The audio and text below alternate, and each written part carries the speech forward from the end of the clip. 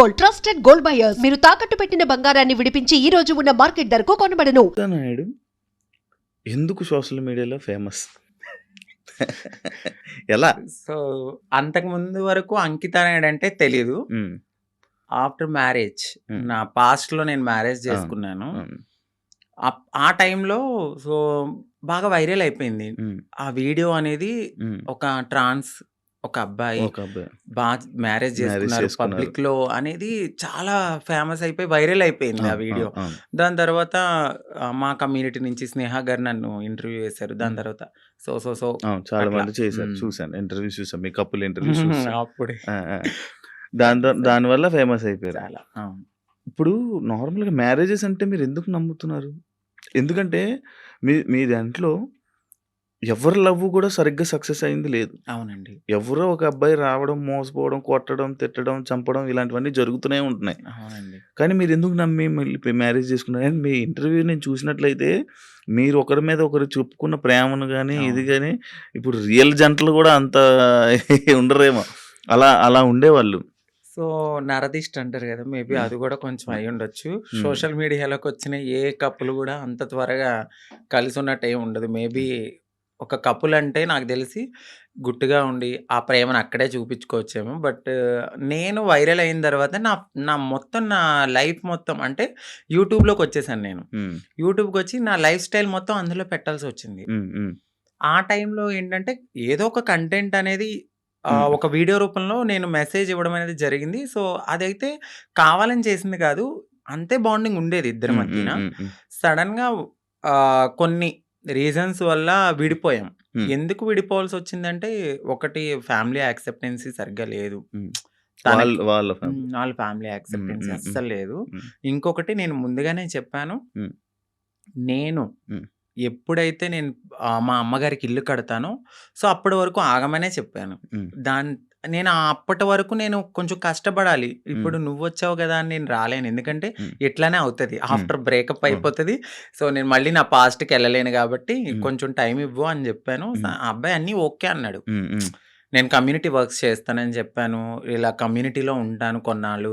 మనం సెటిల్ అయ్యే వరకు. దాని తర్వాత మా పెద్దవాళ్ళకి చెప్పి మనం ఉమ్, హ్యాపీగా మన లైఫ్ లీడ్ చేద్దాం. ఉమ్, నేను ఇల్లు కట్టుకోవాలి మా అమ్మగారు. ఉమ్, దాని తర్వాత నేను మ్యారేజ్ చేసుకున్నాం. ఉమ్, ఒక 1 ½ ఇయర్ బానే ఉన్నాం. ఉమ్, ఉమ్, ఉమ్, దాని తర్వాత ఇంకా రోజు ఇంకా తాగడము, ఉమ్. ఎందుకిట్లా, అందుకట్లా చిన్న చిన్న ఇష్యూస్, గొడవలు అవి పెద్ద పెద్దయి అయిపోయాయి. అయితే ఈ బ్రేకప్ టైంలో ఎక్కువ వీడియోస్ పెట్టడం హ్మ్. అంకిత కావాలని చేస్తుందా? ఎందుకు అంత ఎమోషనల్ అయిపోతుంది? ఎందుకు సోషల్ మీడియాలో అంత ఏడుస్తూ వీడియోలు పెట్టాల్సిన అవసరం ఏంటి అని క్వశ్చన్ చేశారు. మీ వరకు వచ్చిందా? వచ్చింది. ఏమన్నా మీకు మీ సమాధానం? సో, ఎందుకంటే అది నా మనసుకు తగిలింది. ఉమ్, నేను సోషల్ మీడియాకి గూడా వచ్చేదాన్ని కాదు, చెప్పేదాన్ని గూడా గాదు. ఉమ్, ఒకానొక సిట్యుయేషన్‌లో అది నాకు నెగటివిటీ వచ్చేసింది. అవును. తినే ఏదో చేసింది, ఉమ్, తిన వల్లే బ్రేకప్ అయిందని ఉమ్, నెగటివిటీ వచ్చింది. ఉమ్, సో, నేను నిజం చెప్పాలంటే నేను ఒక ఓపెన్ బుక్. ఆ ఉమ్, విషయంలో అయితే తనకి నేను చాలా ఓపెన్‌గా అన్నీ చెప్పే చేసుకున్నాను. ఉమ్, సో, చెప్పి చేసుకున్న పర్సన్ ఉమ్, తను ఎప్పుడైతే ఆహ్, కొన్నాళ్ళ తర్వాత లగ్జరీ లైఫ్‌కి అలవాటు పడ్డాడు. అవును. ఆ తరువాత జాబ్ పోయింది. ఉమ్, ఒక 11 మంత్స్ వరకు నేనే చూసుకున్నాను. ఓయ్. బిఫోర్ గూడా నేనే రెంట్ కట్టేదాన్ని. కార్ ఈఎంఐలన్నీ నేనే.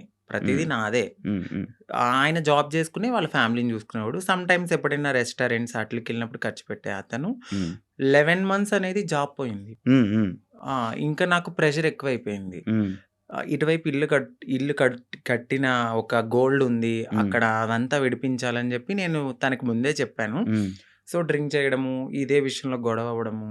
ఉమ్, దీనికి ముందే నాకు తెలీదు. రీసెంట్‌గా తెలిసింది.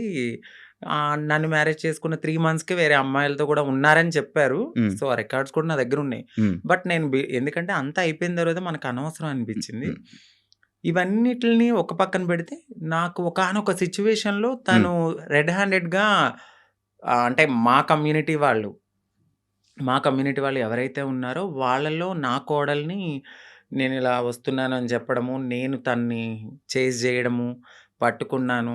సో, పరిగెత్తేసాడు. ఇవన్నీ నేను చూసి నా మైండ్ అనేది ఒక్కసారిగా ఉమ్, మాకవసరం లేదు. ఈ కమ్యూనిటీలో ట్రాన్స్‌లోనే ఉండాలి. ఉమ్, మమ్మల్ని మేము ఎంత అందంగా మార్చుకున్నా ఉమ్, వాళ్ళు కొన్నాళ్ళే ఉంటారు. ఉమ్, ఉమ్, సో, వద్దు సింగిల్‌గా ఉండడం బెటర్ అనిపించింది. హ్మ్. దాని తర్వాత నేను సోషల్ మీడియాలో నేనే పోస్ట్ పెట్టాను. హ్మ్. వద్దు అంటే నన్ను కలవడానికి 2 టైమ్స్ అట్లా ప్రయత్నించాడు. ప్రయత్నించాడు. బట్ హ్మ్. నాకు మనసుకి తగిలిందది. హ్మ్. ఎందుకంటే ప్రతిసారి నేను యాక్సెప్ట్ చేయడము, హ్మ్. ఇది మా ఇద్దరి మధ్యన జరగడము, వాళ్ళ ఫ్యామిలీకి చెప్పడము, మా ఫ్యామిలీకి చెప్పడము, మీ చావు మీరు చావండి అనడము, హ్మ్. ఇవన్నీ నేను ఇంకా తీసుకోలేకపోయాను. హ్మ్. హ్మ్. నేను మారింది నా కోసం, హ్మ్. నా సెల్ఫ్ నేను ఆనందంగా ఉండడానికి. హ్మ్. ఎందుకు దీంట్లోకి దూకానా? హ్మ్. ఇంకొకటి కమ్యూనిటీలో అందరికీ ఒక రోల్ మోడల్ అనుకున్నారు. హ్మ్. హ్మ్.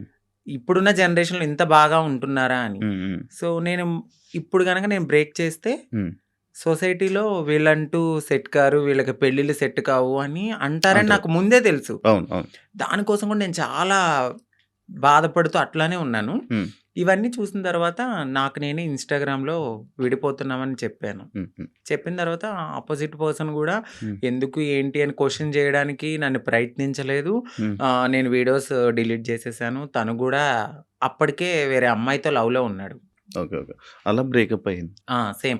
అంటే నేను ఎన్ని సార్లు వద్దన్నా కావాలనుకున్న మనిషి హ్మ్. ఒక్కసారిగా నేను వద్దు అన్నప్పుడు ఎందుకు బ్రేకప్ చెప్తారు? హ్మ్. హ్మ్. ఒక 1 ½ ఇయర్‌లో చాలా గొడవలవుతాయి. ఇది అవును. మాకు అప్పుడు మేము విడిపోవడానికి కూడా చాలా చిన్న రీజనే. అవును. దానికి ముందు చాలా పెద్ద రీజన్స్ ఉన్నా మేము కలిసే ఉన్నాం. ఓకే. అప్పుడు కలవాలి అని ఒక పర్సన్ మన ముందు బతిమలాడిన మనిషి ఒక్కసారిగా ఎందుకు వదిలేసుకున్నాడు? బ్రేకప్ అంటే వదిలేసారు ఆ! డైరెక్ట్‌గా. దానికి తనకెక్కడో కనెక్ట్ అయ్యాడు. హ్మ్. హ్మ్. ఇక్కడ వదిలించుకోవాలనుకున్నారు. తను గూడా ఏం జేశారంటే, అక్కడ అమ్మాయిని కనెక్ట్ అవ్వడానికి హ్మ్. కమ్యూనిటీలో ఎవరితోనో రిలేషన్‌కి పరిగెత్తినట్టుగా నన్ను నమ్మించాడు. ఓకే. సో, అక్కడ నా మనసు బ్రేక్ అయిపోయింది. ఓకే. తర్వాత తెలిసింది. ఇలా జరిగాయి. హ్మ్. కాదు అప్పుడు మరి ఫేస్ మీద దెబ్బలు కొట్టడం అవన్నీ ఏవో ఉండే గదా! దెబ్బలుండే ఫేస్ మీద ఏవో దెబ్బలతో ఒక వీడియోస్ ఉండే. హ్మ్. అవేంటవి ఆయన కొట్టినవా? లేకపోతే ఏం జరిగిందది? ఆహ్, ఇక్కడ దెబ్బ తగిలింది. దెబ్బలు తగిలింది అంతా ఫేస్. సంథింగ్ ఆయనైతే కొట్టలేదండి. ఓకే. సో, అది అబద్ధము. ఇక్కడ దెబ్బ తగిలింది అనడానికి నేనప్పుడు ప్రతిసారి మన ఐబ్రోస్ చేయించుకోవడానికి స్క్రబ్బింగ్‌కి వెళ్ళేదాన్ని. ఆ టైంలో నాకది రిఫ్లెక్ట్ అయిందంతే. అచ్చా! ఈ ఫేస్ ఇంత ఇలాగ ఆ! అయిపోవడం లావయిపోయి. అందులో ఏడ్చి ఏడ్చి ఈ ఫుడ్ ఫుల్ లేదు. ఫుడ్ లేదు. కానీ అది కొట్టిన దెబ్బ కొట్టేసారేమో, ఆ! దానికి ఇది ఇబ్బంది అనుకున్నారు. పెట్టేసారేమో, అవును. ఇదయిపోయిందేమో అని అనుకునే లేదు లేదు. ఇలాగ ఆయన ఏం కొట్టలేదు. మీకదే ఫస్ట్ లవ్వా? అంటే ఆ! అదే ఫస్ట్ లవ్ అనుకోవచ్చు. హ్మ్. హ్మ్. అదే హ్మ్. First love. అంటే బిఫోర్ ఒక లవ్ ఉండేది. హ్మ్. అది అక్కడ దాకా రాలేదు.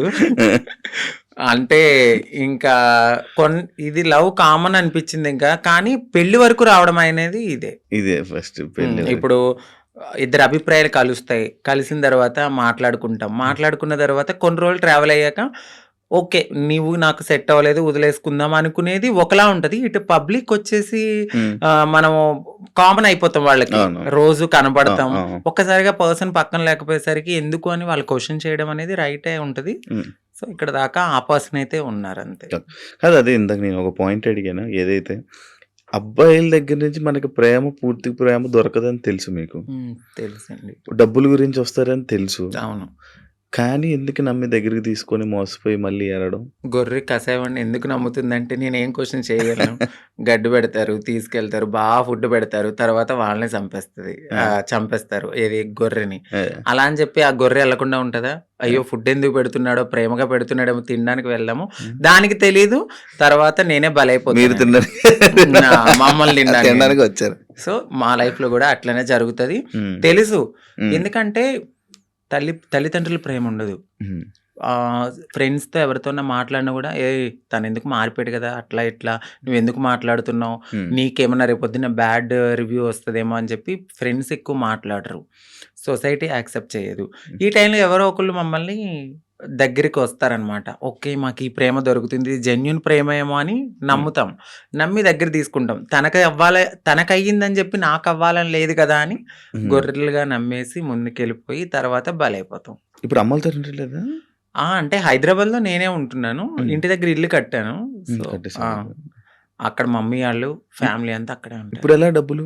ఇప్పుడు నేను నార్మల్‌గా అయితే హ్మ్. యూట్యూబ్ బేస్ చేసుకున్నాను. దానికి బిఫోర్ నుంచి నేను కమ్యూనిటీ వర్క్స్ చేస్తూ నేను సెటిల్ అయిపోయాను. హ్మ్. హ్మ్. ఫైనాన్షియల్‌గా అయితే ఇప్పుడు నేను చాలా సెటిల్ అయ్యి ఉన్నాను. హ్మ్. యూట్యూబ్ చేస్తున్న ఇన్‌కము హ్మ్. అట్లానే ఎంత కొంచెం వస్తది యూట్యూబ్ నుంచి? ఇప్పుడైతే 1.2 అట్లా యూట్యూబ్ వస్తుంది. నుంచి. బిఫోర్ ఇంకా ఎక్కువొచ్చేది. ప్రమోషన్స్ అవన్నీ ప్రమోషన్స్ చెయ్యట్లేదండి నేను. చేయరా ఇప్పుడు? నార్మల్ ప్రమోషన్స్ అమ్మాయిలకి సంబంధించిన బిఫోర్ చేశాను. అసలు చెయ్యట్లేదు నేను. ప్రమోషన్స్. నేను నో పెయిడ్ ప్రమోషన్స్ అని కూడా పెట్టాను. అవును, చూసాను నేను. ఆ! ఒక ప్రమోషన్సే చేయరు. ఆ! ఓన్లీ యూట్యూబ్ నుంచి 1.5 లాక్, 1.2 లాక్. 1.2 హ్మ్. ఒక 2 మంత్స్ నుంచి అయితే మాత్రం నేను సరిగ్గా ఈ వీడియోస్ చేయట్లేదు. హ్మ్. 12,000, 13,000 అట్లనే వస్తున్నాయి. అంటే ఒక 3 మంత్స్ నుంచి. ఓకే. దాని బిఫోర్ నేను చేసేదాన్ని. అవును. 1.2 హ్మ్. మ్యాక్స్ అయితే 1.5 మధ్యలో. ఇప్పుడు రెవెన్యూ ఇంకేం లేదు. ఈవెంట్స్‌కి ఏమైనా వెళ్తారా? ఈవెంట్స్ ఏం లేదు. ఇప్పుడు నేను షాప్ ఓపెనింగ్స్ అట్లా ఏదైనా జరిగినప్పుడు కొంచెం నాకు తెలిసిన వాళ్ళు వీఐపీస్ గానీ, వాళ్ళకి గానీ హ్మ్. దిష్టి తీయడము, లేదంటే వాళ్ళ ఇంట్లో ఎవరైనా పుట్టారు అంటే హ్మ్. బ్లెస్సింగ్స్ గానీ నన్నే పిలుస్తారు. హ్మ్. హ్మ్. అక్కడికెళ్ళినప్పుడు బానే ఇస్తారు. 51 ఓకే. 51, అంతే. 31 ఓకే. అంతే. మొత్తం మంత్లీ ఓవరాల్‌గా ఇప్పుడైతే నా ఇన్‌కమ్ 1.2 అంతే. ఇవ్ అంతే. ఇప్పుడు మొత్తం అన్నీ కలిపినా గూడా. అంతే. అంతే. అంతకు హ్మ్. మించి చెప్పట్లేదా? లేదు సార్ అంతే. అంతే.